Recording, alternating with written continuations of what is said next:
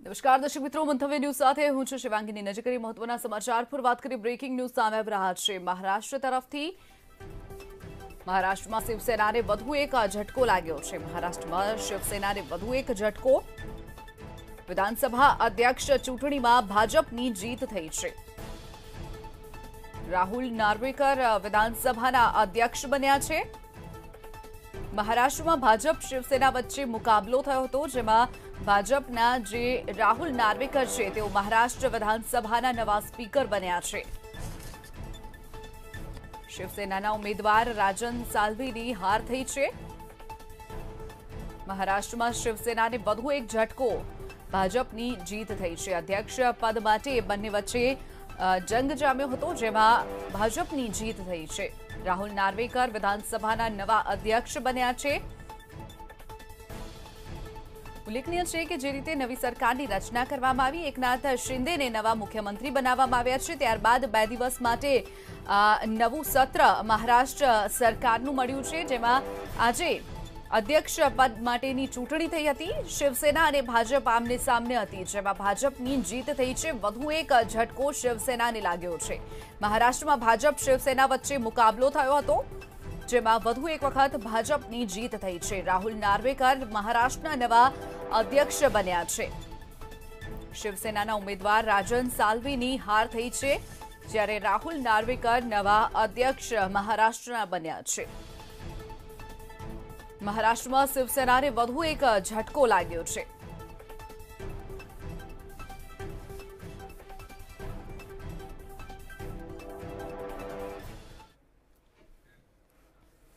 હવે વાત કરીએ અષાઢમાં અનરાધારની.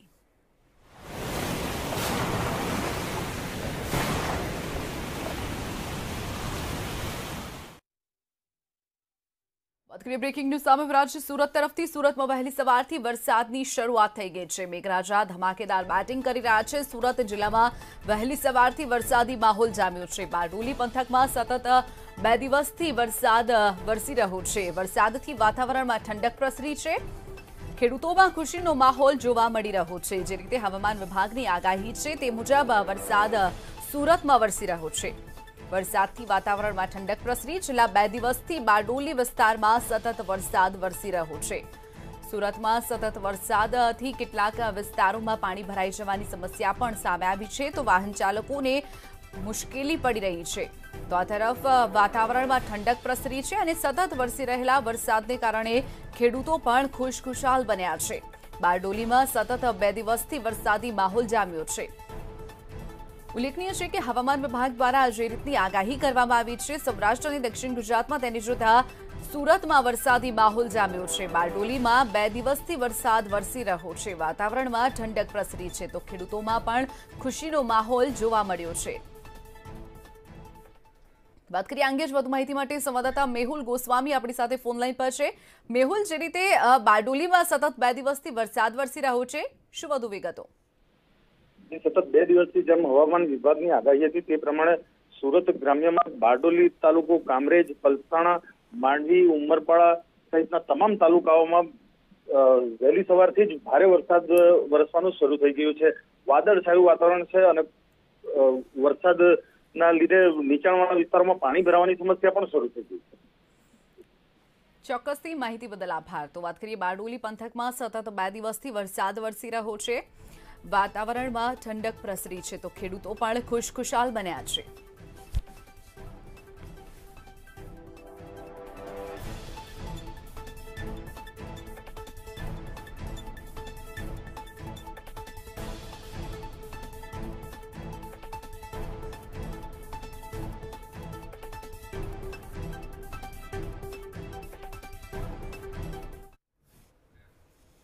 તો આ તરફ વાત કરીએ દીવની. દીવમાં પણ સતત 3 દિવસથી વરસાદી માહોલ જામ્યો છે. સતત 3 દિવસથી વરસાદી ઝાપટા દીવમાં નોંધાઈ રહ્યા છે. દીવમાં પણ સતત 3જા દિવસે વરસાદી માહોલ જામ્યો છે. વાદળછાયા વાતાવરણની વચ્ચે તૂટક વરસાદ દીવમાં નોંધાઈ રહ્યો છે. વરસાદથી વાતાવરણમાં ઠંડક પ્રસરી છે, તો સતત 3 દિવસથી વાદળછાયું વાતાવરણ જોવા મળી રહ્યું છે. વરસાદની વચ્ચે દીવના દરિયામાં કરંટ પણ જોવા મળ્યો છે. છૂટોછવાયો વરસાદ દીવમાં નોંધાઈ રહ્યો છે. 3 દિવસથી વાદળછાયું વાતાવરણ છે અને વરસાદી ઝાપટા દીવમાં નોંધાઈ રહ્યા છે. તો બીજી તરફ દીવનો દરિયો પણ ગાંડોતૂર બન્યો છે અને દરિયામાં કરંટ જોવા મળ્યો હતો, જેના કારણે સહેલાણીઓને દરિયાથી દૂર રહેવા માટે, આ ઉપરાંત માછીમારોને હાલ દરિયો ન ખેડવા માટેની સૂચના પણ આપી દેવામાં આવી છે. વાદળછાયા વાતાવરણની વચ્ચે દીવમાં વરસાદી ઝાપટા વરસી રહ્યા છે. દીવમાં ત્રીજા દિવસે વરસાદી માહોલ જામ્યો છે. વાદળછાયા વાતાવરણની વચ્ચે તૂટક વરસાદ દીવમાં નોંધાઈ રહ્યો છે. વરસાદથી વાતાવરણમાં ઠંડક પ્રસરી છે. દીવના દરિયામાં કરંટ યથાવત છે, જેના કારણે માછીમારોને દરિયો ન ખેડવા, આ ઉપરાંત સહેલાણીઓને દરિયાથી દૂર રહેવા માટેની સૂચના આપી દેવામાં આવી છે. વરસાદ વરસવાને કારણે દીવનો દરિયો ગાંડોતૂર બન્યો છે. લગભગ 8 ફૂટ ઊંચા મોજા પણ દરિયામાં ઉછળી રહ્યા છે. વાદળછાયા વાતાવરણની વચ્ચે તૂટક વરસાદ દીવમાં નોંધાઈ રહ્યો છે. તો છેલ્લા 3 દિવસથી વરસાદી માહોલ દીવમાં જામ્યો છે અને હજુ પણ આવનારા સમયમાં વરસાદ નોંધાય તેવી આગાહી દીવ માટે કરવામાં આવી છે.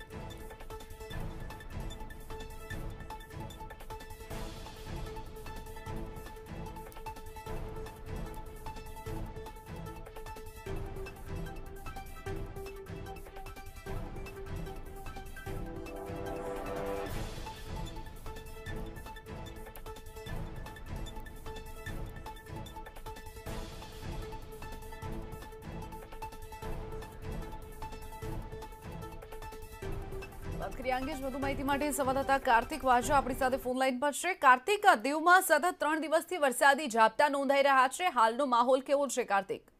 જી શિવાંગી, વાત કરવામાં આવે તો જે અસહ્ય ગરમી બાદ છે તે ત્રીજા દિવસે પણ દીવમાં છે તે વરસાદ છે અવિરત રીતે પડી રહ્યો છે. તેને લઈને પ્રશાસન દ્વારા દરિયો પણ ખેડવાની મનાઈ કરવામાં આવી અને નીચાણવાળા વિસ્તારોમાં ક્યાંક ને ક્યાંક પાણી ભરાયું છે. તેને લઈ અને નગરપાલિકા અને તે નગરપાલિકાના જવાનો પણ છે તે અત્યારે પાણીનો નિકાલ કરવામાં મશગુલ છે. જી ચોક્કસથી કાર્તિક, માહિતી બદલ આભાર. તો વાત કરીએ વાદળછાયા વાતાવરણની વચ્ચે વરસાદી માહોલ જામ્યો છે. છેલ્લા 3 દિવસથી દીવમાં વરસાદી ઝાપટા નોંધાઈ રહ્યા છે. દીવના દરિયામાં કરંટ પણ જોવા મળ્યો, જેના કારણે સહેલાણીઓને દરિયાથી દૂર રહેવા અને માછીમારોને હાલ દરિયો ન ખેડવા માટેની સૂચના આપી દેવામાં આવી છે.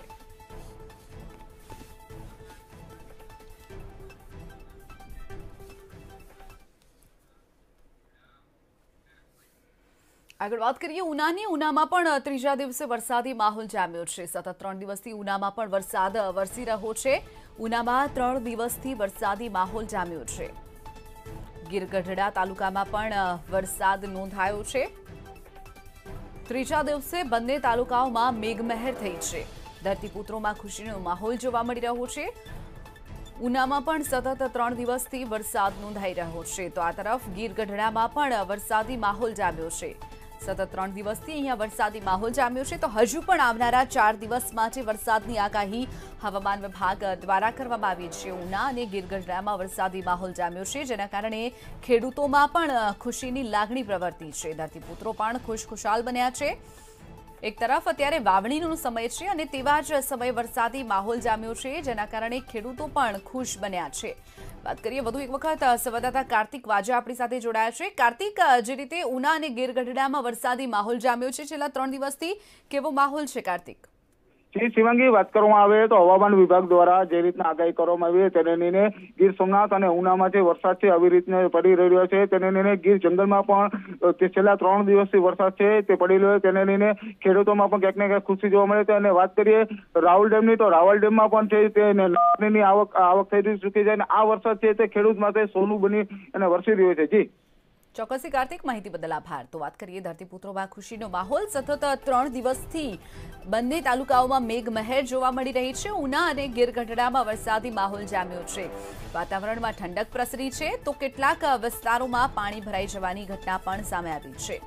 સ્થાનિક લોકોને પણ ગરમીમાંથી રાહત મળી છે. તો રાવલ ડેમ જે આવેલો છે તે પણ ભરાઈ ગયો છે અત્યારે. તો ધરતીપુત્રો પણ ખુશખુશાલ બન્યા છે. ત્રીજા દિવસે બંને તાલુકાઓમાં મેઘમહેર થઈ છે.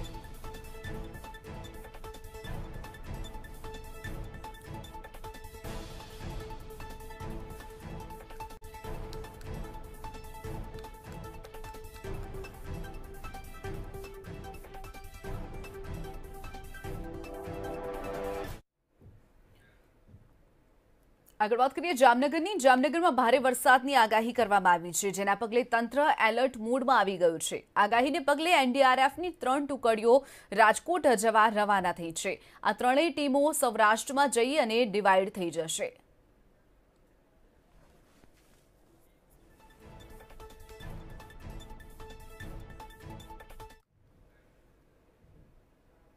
આગળ વાત કરીએ નસવાડીમાં મેઘરાજાની પધરામણી થઈ છે, જેના પગલે વરસાદી પાણી રોડ રસ્તાઓ પર ભરાયા છે.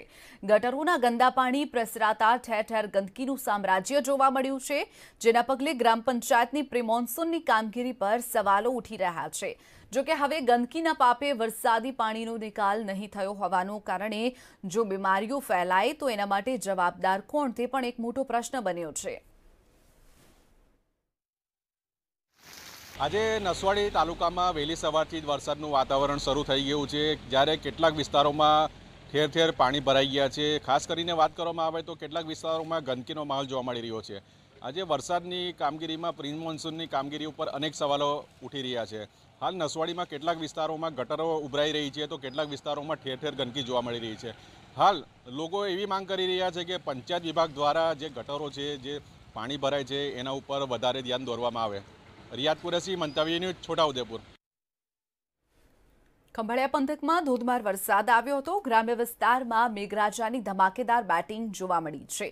સ્થાનિક નદી નાળાઓમાં અને ઓકળામાં પણ પૂર જેવી સ્થિતિ સર્જાઈ છે. બારથર ખાતે સ્થાનિક નદી ગાંડીતુર બની હતી. સારા વરસાદને કારણે ખેડૂતોમાં ખુશીનો માહોલ જોવા મળ્યો છે.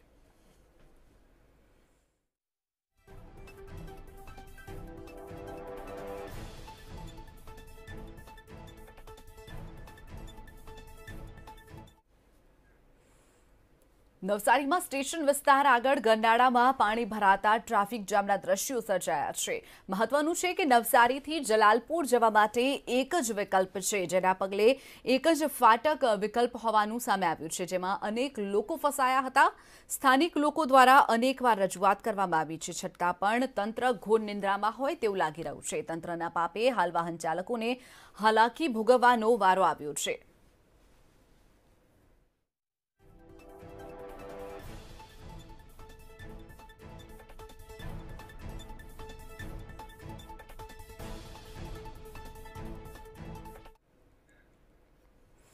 આગળ વાત કરીએ સુરતની. સુરતના નીચાણવાળા વિસ્તારમાં પાણી ભરાઈ જવાની સમસ્યા સામે આવી છે. ગંગાધરના કારેલી ખાતે ઘૂંટણસમાં પાણી ભરાયા હતા. મેઇન રસ્તા પર પાણી ભરાયા હતા.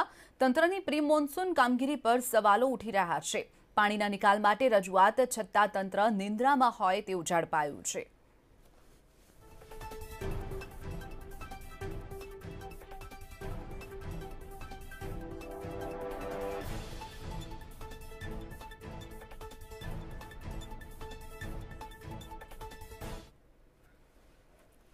સુરતમાં એસએમસીની પ્રી મોન્સૂન કામગીરીની પોલ ખુલ્લી પડી ગઈ છે. જવસ પાર્ક નજીક 200 મીટર જેટલો રોડ બેસી ગયો છે. રસ્તો બેસી જવાના કારણે પાલિકાએ કપચીથી પુરાણ કર્યું છે. બેરિકેડિંગ કરી અને કેટલોક ભાગ બંધ કરી દેવામાં આવ્યો છે. સામાન્ય વરસાદમાં જ રસ્તાની હાલત બિસ્માર બની છે. કોન્ટ્રાક્ટર સામે પગલાં લેવા માટેની પણ લોકમાંગ ઉઠી છે.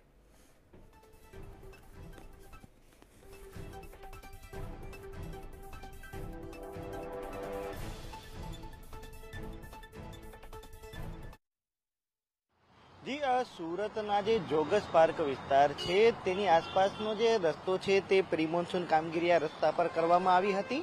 જોકે પ્રી મોન્સૂન કામગીરી બાદ જે પહેલો જ વરસાદ થયો હતો અને આ પહેલા જ વરસાદમાં એટલે કે વરસાદ પણ સામાન્ય હતો. વરસાદ સામાન્ય હોવા છતાં પણ આજે રસ્તો બેસી ગયો હોવાની ઘટના સામે આવી છે. સુરત મહાનગરપાલિકાના અઠવા સાઉથ વેસ્ટ ઝોન છે એટલે કે અઠવા ઝોન દ્વારા આ રસ્તાને હાલ તો બંધ કરી દેવામાં આવ્યો છે. મોટા ભાગનો જે 200 મીટરનો રસ્તો હતો તે બેસી ગયો હોવાને લઈ તેના પર રેતી અને કપચી નાખીને પુરાણ પણ કરવામાં આવ્યું છે. તો બીજા દ્રશ્યો એવા છે કે જે દ્રશ્યો તમે જોઈ શકો છો એમાં હજુ કેટલોક રસ્તો એવો છે કે જે રસ્તા પરથી કોઈ જો ભારે વાહન ચાલે તો રસ્તો ધીમે ધીમે બેસી રહ્યો છે. અને આગળ પણ તમે દ્રશ્યોમાં જોઈ શકો છો કે એક ભારે વાહન ચાલવાના કારણે રસ્તો બેસી ગયો છે, મોટો ખાડો પડી ગયો છે. વરસાદ આવ્યો હોવાથી જે માટી છે ધીમે ધીમે જમીનની અંદર બેસતી જાય છે અને તેના જ કારણે આ જે રોડ રસ્તા છે તે બેસી રહ્યા છે. હાલ તો જો કે 200 મીટરનો જે રોડ બેસી ગયો છે, ત્યાં વાહન ચાલકો છે તે વાહન ચલાવતા પણ ડરી રહ્યા છે. જોઈ શકો છો એક પણ વાહન છે જે આ રસ્તા પરથી ચાલી રહ્યું નથી, માત્ર એક જ સાઈડનો ઉપયોગ છે તે વાહન ચાલકો કરી રહ્યા છે. ત્યારે હવે જોવાનું એ રહે છે કે 200 મીટર જેટલો રોડ આ જે બેસી ગયો છે તેને લઈ સુરત મહાનગરપાલિકા દ્વારા કોન્ટ્રાક્ટરો સામે કોઈ કાર્યવાહી કરાય છે કે નહીં, અને જો હજુ પણ આવા સુરતમાં ઘણા બધા રસ્તાઓ છે જે સામાન્ય વરસાદમાં રસ્તા પર ખાડા પડી ગયા છે, મોટા મોટા ભૂવા પડ્યા છે, તો રસ્તા બેસી ગયા છે. વાત કરીએ વડોદરાની, તો વડોદરા મહાનગરપાલિકાની પ્રી મોન્સૂન કામગીરીને લઈ અને તંત્રની પોલ છતી થતી નજરે પડી રહી છે. વરસાદની સાથે જ રસ્તાઓ ખરાબ થયા છે, લોકોને વાહન ચલાવવામાં મુશ્કેલી પડી રહી છે. વડોદરા શહેરની અંદર જો તમે તમારું વાહન લઈને વરસાદના સમયે નીકળતા હોય તો વીમો કરાવીને ચોક્કસથી નીકળજો, કારણ કે વડોદરા શહેરના આ રસ્તાઓ છે કે જ્યાં આગળ પાલિકાનું તંત્ર જે વાત કરી રહ્યું હતું કે પ્રી મોન્સૂનની કામગીરીઓ 100% પૂર્ણ કરવામાં આવે છે, પરંતુ પાલિકાના તંત્રની જે પોલ છે તે અહીંયા જ ઉગાડી થઈ રહી છે. જે પ્રકારે વડોદરા શહેરના મુખ્ય માર્ગો કહી શકાય, વડોદરા શહેરનો હાર્દ સમાન જે રોડ છે, ઓલ્ડ પાદરા રોડ, ત્યાં આગળના દ્રશ્યો છે કે જે પ્રકારે રસ્તો છે ખૂબ જ દયનીય હાલતમાં છે. વાહન ચાલકોને પોતાના જીવ જોખમમાં મૂકીને આ રસ્તા પરથી પસાર થવું પડી રહ્યું છે. ત્યારે પાલિકાનું જે નઘરોડ તંત્ર છે તેઓ પોતાની જવાબદારી ક્યારે સમજે છે, અને જે પ્રી મોન્સૂનની કામગીરી પૂર્ણ થવી જોઈતી હતી, સમયસર પૂર્ણ થવી જોઈતી હતી. બણગાઓ ફૂંકાતા હતા પાલિકા તંત્ર દ્વારા, પરંતુ જે બણગાઓ ફક્ત ચોપડા પર જ ફૂંકાયા હોય તેવું સ્પષ્ટપણે જોવા મળી રહ્યું છે. ત્યારે પાલિકાનું તંત્ર પોતાની જવાબદારી સમજી નાગરિકોના સ્વાસ્થ્ય સાથે, નાગરિકોના જીવ સાથે ચેડા ના કરે, અને જે રસ્તાઓની હાલત દયનીય છે તે રસ્તાઓ ક્યારે ફરીથી વ્યવસ્થિત કરે છે, રીસર્ફેસિંગ કરે છે, તે જોવું પણ તેટલું જ મહત્વનું રહેશે. સોલંકી સાથે અંજલિ દેવમંત્ર ન્યૂઝ, વડોદરા. આગળ વાત કરીએ વધુ એક બ્રેકિંગ ન્યૂઝ સામે રાજકોટ તરફથી. રાજકોટની સિવિલ હોસ્પિટલની હેવાનિયત સામે આવી છે. સિવિલ હોસ્પિટલની હેવાનિયત સામે આવી છે. રાજકોટ સિવિલ હોસ્પિટલની વધુ એક ગંભીરતા સામે આવી છે. દાખલ વૃદ્ધ મહિલાને તગેડી મૂકવામાં આવ્યા હોવાનો મામલો સામે આવ્યો છે. વોર્ડમાંથી બાકડા પર તેમને ખસેડી દેવામાં આવ્યા છે. મોરબીના હસીનાબેન વોર્ડમાં દાખલ હતા, તેમને વોર્ડમાંથી બહાર બાકડા ઉપર ખસેડી દેવામાં આવ્યા છે. રેસિડેન્ટલ તબીબોની સૂચનાથી તેમને બહાર ખસેડી દેવામાં આવ્યા છે. તબીબી અધિક્ષકને પણ જાણ કરવામાં આવી છે. અંતે ફરી મહિલાને વોર્ડમાં દાખલ કરવામાં આવ્યા હતા. વોર્ડમાંથી બાકડા પર આ મહિલાને ખસેડી દેવામાં આવ્યા હતા. મોરબીના હસીનાબહેન વોર્ડમાં દાખલ હતા, જેને વોર્ડમાંથી બહાર બાકડા પર ખસેડાયા હતા.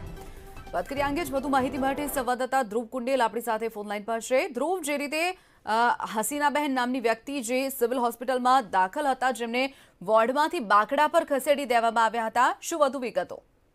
ચોક્કસથી કહી શકાય કે સિવિલ હોસ્પિટલમાં ફરી એક વખત ક્યાંક ને ક્યાંક વિવાદ છે તે સામે આવ્યો છે. સિવિલ હોસ્પિટલમાં દાખલ બિનવારસી વૃદ્ધ મહિલાને બહાર ફેંકી દેવામાં આવ્યા, એટલે કે ખસેડી દેવામાં આવ્યા, બાકડા ઉપર તેઓને મૂકી દેવામાં આવ્યા. શુક્રવારે મોરબીના હસીનાબેન સારવાર લેવા માટે સિવિલમાં દાખલ થયા હતા, અને ત્યારબાદ કહી શકાય કે ગઈકાલે સવારે 10:30 કલાકે વોર્ડમાંથી તેઓને બહાર કાઢી દેવામાં આવ્યા. મહત્વનું છે કે રેસિડેન્ટ તબીબની સૂચનાથી આયાબેન મહિલાને બહાર બાકડા ઉપર ખસેડી દેવામાં આવ્યા. આયાબેન દ્વારા કહી શકાય કે 3 તબીબો અને એક આયાબેનના કૃત્ય અંગે તબીબી અધિક્ષક ને જાણ કરવામાં આવી, અને ત્યારબાદ તેઓએ પણ ક્યાંક ને ક્યાંક કાર્યવાહી કરી છે. મહત્વનું છે કે આ પ્રકારની જે બાબત છે તે ખૂબ જ ગંભીર બાબત કહેવાય, અને આને લઈને જે સિવિલ હોસ્પિટલના જે તંત્ર છે તે સક્રિય બન્યું છે. જે કોઈ તબીબ છે તેના ઉપર કાર્યવાહી થશે, જે કોઈ આયાબેન છે તેના ઉપર પણ ક્યાંક ને ક્યાંક કાર્યવાહી થશે, તેવું જે સિવિલ હોસ્પિટલના જે તબીબે છે તે ક્યાંક ને ક્યાંક મીડિયા સમક્ષ પોતાની જે માહિતી છે તે મૂકી. જી બિલકુલ ધ્રુવ, જ્યારે કોઈ વ્યક્તિ ત્યાં સારવાર લઈ રહ્યું છે સિવિલમાં, તો શા માટે આ પ્રકારનું ડોક્ટર કેવી રીતે નિર્ણય લઈ શકે તેને બહાર કાઢી મૂકવાનું, અને સાથે જ મહિલાને કેવા પ્રકારની તકલીફ હતી તો તે ત્યાં દાખલ છે? હજી ચોક્કસથી કહી શકાય કે મહિલાને ક્યાંક ને ક્યાંક એક બીમારીના ભોગ બનેલા હતા, અને આના જ કારણે તે મહિલા છે ત્યાં દાખલ થયા હતા. પણ એ મહિલાના સગા વહાલા કોઈ ન હતા, તેના કારણે ક્યાંક ને ક્યાંક જે નિર્ણય જી છે જી એટલે બિલકુલ. કે ધ્રુવ, આપને અટકાવવા માંગીશ, આપ આપણી સાથે જોડાયેલા રહેશો. આપણી સાથે incharge superintendent doctor RS Trivedi જોડાઈ ગયા છે. સર, સ્વાગત છે આપનું બંધવ્ય ન્યૂઝમાં. જે રીતે આ ઘટના આજની સામે આવી છે રાજકોટ સિવિલ હોસ્પિટલની, કે એક મહિલા વૃદ્ધ જે દાખલ હતા તેમને ખસેડીને બહાર બાકડા ઉપર લાવી દેવામાં આવ્યા, પછી જ્યારે તંત્રનું ધ્યાન દોરવામાં આવ્યું ત્યારે તેમને ફરીથી દાખલ કરાયા. શું કહેશો આપ આ ઘટનાને કેવી રીતે જુઓ છો આપ? નહીં, આ ઘટના હું સંજ્ઞાન લીધું છે. એટલે આ ઘટના શું થયું હતું કે એવી રીતે સાડા 6 સાંજે દાખલ થયા હતા અને પછી સવારે આ સ્ટ્રેચર ઉપર ડોક્ટર ત્યાંથી ઇન્વેસ્ટિગેશન માટે લઈ ગયા હતા. પછી ત્યાંથી લઈ આવ્યા. પછી ત્યાંની જયારે જોયું ત્યારે કોર્ટ ઉપર હાજર ન હતા. એટલે એવી રીતે લખ્યું કે નોટ પ્રેઝન્ટ ઓન કોર્ટ. પછી 2 કલાક પછી ખબર પડી કે આ તો બહાર છે. એટલે હોસ્પિટલમાં આનું ફરીથી દાખલ કર્યા. પણ આ 2 કલાક સુધી આ દર્દી બહાર રહ્યું. આ માટે હું સંજ્ઞાન લીધું છે. આ માટે એક હાઈ લેવલ તપાસ કમિટી કર્યું છે. આમાં 5 જણાની કરી છે નિમણૂક, અને આ આવતીકાલ સુધી રિપોર્ટ આવી જશે. અને જે આ જિમ્મેવાર હશે, રિસ્પોન્સિબલ હશે, આ ઉપર હું સખ્ત પગલાં લઈશ. બિલકુલ. સર, જે રીતે આ પ્રકારની ઘટના સામે આવી છે એટલે ડોક્ટરોને એ પણ ખ્યાલ નથી હોતું કે દર્દીને એડમિટ કરવામાં આવ્યું છે તો દર્દી ક્યાં જાય છે, શું કરે છે. એટલે ખરેખરમાં તંત્ર ઘોર નિંદ્રામાં છે કે શું? ના, એવું નથી. આ ઇન્વેસ્ટિગેશન માટે એટલે જે અલ્ટ્રાસોનોગ્રાફી હોય અથવા એક્સરે હોય, આ માટે વોર્ડથી બહાર લઈ જવાય. પણ ત્યાંથી પછી અંદર લાવ્યું અને પછી 2 કલાક સુધી આ બહાર ક્યાં રહ્યું આ ડોક્ટરને ખબર નથી પડી. પછી આ they are not in court એવી રીતે આ કેસ પેપર ઉપર લખ્યું. પછી સિક્યુરિટીને ખબર પડી આ તો બહાર છે. એટલે તરત જ હોસ્પિટલમાં લાવ્યું અને તરત જ એડમિટ કરાયું. એટલે 2 કલાક સુધી જે બહાર રહ્યું આ માટે તપાસ કમિટી ગોઠવી દીધું છે. અને આ તપાસ કમિટી હાઈ લેવલ 3 HOD છે. આમાં 3 HOD છે, RMO છે. અને આ આવતીકાલ સુધી મને રિપોર્ટ આપશે. અને આમાં જે ગુનાગાર થશે આ ઉપર હું ફિક્સ કરીશ અને આ ઉપર હું સખ્ત એક્શન લઈશ. ચોક્કસથી સર, જોડાવા બદલ આભાર આપનો. તો વાત કરીએ જે રીતે રાજકોટ સિવિલના સુપ્રિન્ટેન્ડન્ટ ઇન્ચાર્જ આપણી સાથે જોડાયા હતા RS ત્રિવેદી. તેમનું કહેવું છે કે આ જે ઘટના સામે આવી તેમાં ક્યાંક ને ક્યાંક મહિલા દર્દી જે હતા તેઓ જ તેમને દાખલ કરવામાં આવ્યા હતા. તેઓ જ જાતે બહાર નીકળી ગયા હતા અને 2 કલાક સુધી બહાર રહ્યા હતા. તંત્રના ધ્યાને આવતા તેમને ફરીથી અંદર લાવવામાં આવ્યા હતા. તો આ તમામ અંગે તપાસ કમિટી પણ રચવામાં આવી છે. 5 વ્યક્તિઓ દ્વારા તપાસ કરવામાં આવશે, ઇન્ચાર્જ સુપ્રિન્ટેન્ડન્ટ દ્વારા કહેવામાં આવ્યું છે. ત્યારે HOD અને RMO દ્વારા તેની તપાસ કરવામાં આવશે અને આવતીકાલ સુધીમાં આ તપાસ રિપોર્ટ સોંપવામાં આવશે તેવું તેમનું કહેવું છે. તો રાજકોટ સિવિલ હોસ્પિટલની વધુ એક બેદરકારી સામે આવી છે. મોરબીના હસીનાબેન વોર્ડમાં દાખલ હતા, જેમને બહાર બાકડા ઉપર મૂકી દેવામાં આવ્યા અને તંત્રને ધ્યાન દોરતા વધુ એક વખત તેમને વોર્ડમાં દાખલ કરવામાં આવ્યા હતા.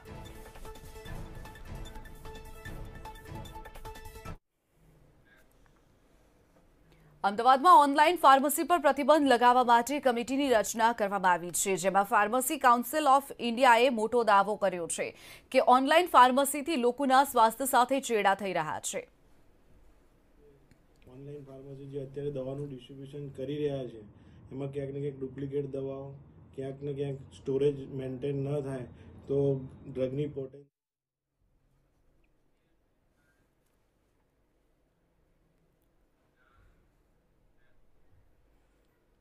જામનગરમાં પોલીસના હેડક્વાર્ટર ખાતેથી જ દારૂના મુદ્દામાલની ચોરીની ઘટના સામે આવી છે, જેમાં પોલીસ હેડક્વાર્ટર ખાતેથી જ રૂમમાં રાખેલો 317 અંગ્રેજી દારૂની બોટલોના 7 નંગ બિયરની બોટલ મળી આવી છે, જેમાં 1,55,500ના મુદ્દામાલની ચોરી થઈ હોવાનું સામે આવ્યું છે. પોલીસ હેડક્વાર્ટરમાં જ રહેતા અને અભ્યાસ કરતા 13 વર્ષીય કિશોર સામે ફરિયાદ નોંધવામાં આવી છે.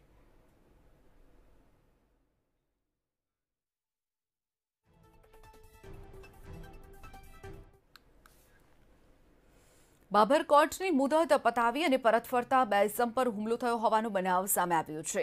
બે ગાડીમાં પીછો કરી અને ટક્કર મારી અને હુમલો કરવામાં આવ્યો હતો. ભાભરના મીઠા ગામ પાસે બુલેટ પર આવતી વખતે આ ઘટના બની હતી. આ સમગ્ર મામલે ભાભર પોલીસ મથકે ફરિયાદ નોંધાઈ છે. ફરિયાદ નોંધાતા પોલીસે તપાસના ચક્રો ગતિમાન કર્યા છે.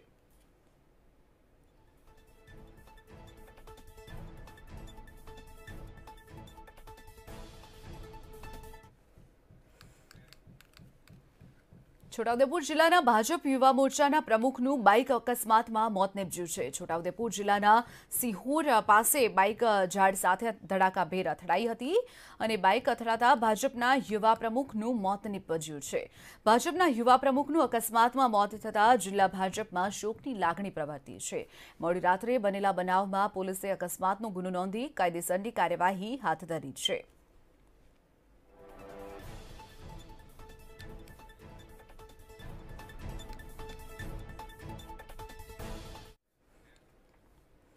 આ સાથે જ સમાચારોમાં અત્યારે બસ આટલું જ. રજા આપશો. નમસ્કાર.